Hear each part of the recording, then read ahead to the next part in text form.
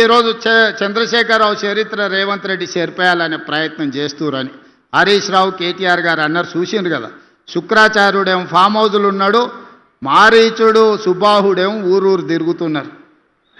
గతంలో పురాణాలలో మీరు చూసిరు కదా, దేవతలు యజ్ఞాలు యాగాలు చేస్తే వాటిని భగ్నం చేయడానికి శుక్రాచార్యుడు మారీచుని సుబాహుడు అనే రాక్షసులను పంపించేటోళ్ళు. వాళ్ళు నెయ్యి పోసి యాగం చేస్తుంటే వాళ్ళు రక్తం మాంసాలు తీసుకొచ్చి దాంట్లో వేసేటోళ్ళు ఈ యజ్ఞాలు యాగాలను భగ్నం చేయనికే. ఇవాళ తెలంగాణలో కూడా మేము కష్టపడి అభివృద్ధి చేస్తుంటే ఈ మారీచుడు సుబాహుడు కాళ్ళల్లో కట్టెలు పెట్టి తిరిగే ప్రయత్నం చేస్తురు, ఊరూరు తిరుగుతురు. మా తెలంగాణ జాతి పితకు చంద్రశేఖరరావు గారికి టెలిఫోన్ ట్యాపింగ్లో నోటీస్ ఇచ్చిరని నేను ఒక్క మాట అడగదలుచుకున్నా. ఎవరిని వదిలినరా మీరు?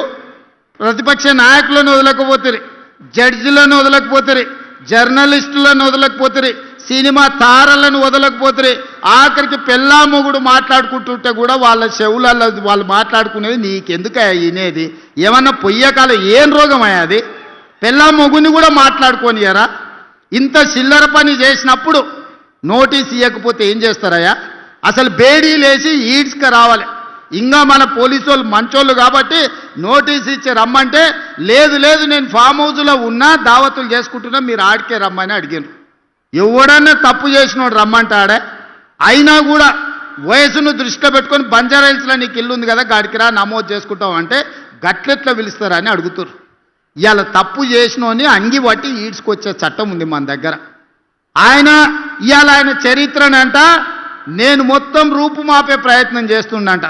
హరీష్ రావు గారు, మీ మామ దొంగ పాస్పోర్ట్ల చరిత్ర నేను తూడిపినా పోతుందా?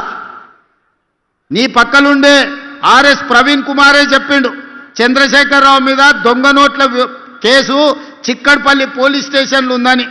ఆనాడు ఎవరో ఒక నాయకుడు ఆయన ఎంబడి ఉండేట ఆయన దొంగ నోట్లలో దొరికితే చంద్రశేఖరరావు కూడా అందులోనే ముద్దాయి అని నేనన్లే ఆర్ఎస్ ప్రవీణ్ కుమార్ అన్నాడు. దొంగ నోట్లు ముద్రించే మీ చరిత్ర నేను తూడుపుతే పోతుందా? దళితుని ముఖ్యమంత్రి చేస్తానని దగా చేసిన మీ చరిత్రను నేను చెరపాలన్నా జరుగుతుందా? దళితులకు 3 ఎకరాలు ఇస్తాన్న మీ హామీ నేను తూడ్చేస్తే పోతుందా? డబుల్ బెడ్రూమ్ ఇల్లు ఇస్తానని పేదోళ్ళని చేసిన మోసానికి ఈరోజు నేను ఒకవేళ చెరపాలనుకున్న మీ చరిత్ర చెడిపోతుందా? ఇంటికో ఉద్యోగం ఇస్తామని తెలంగాణలో 1200 మంది బిడ్డలను పొట్టన పెట్టుకుంటువే, ఆ 1200 మంది శవాల మీద మీరు ఈ తెలంగాణ రాష్ట్రానికి ముఖ్యమంత్రి అయ్యి ద్రోహిగా చరిత్రలో నిలబడిపోయినరే. మీరు ఉద్యమకారులకు చేసిన ద్రోహాన్ని నేను చెడపదలుచుకుంటే కూడా చెడుతుందా?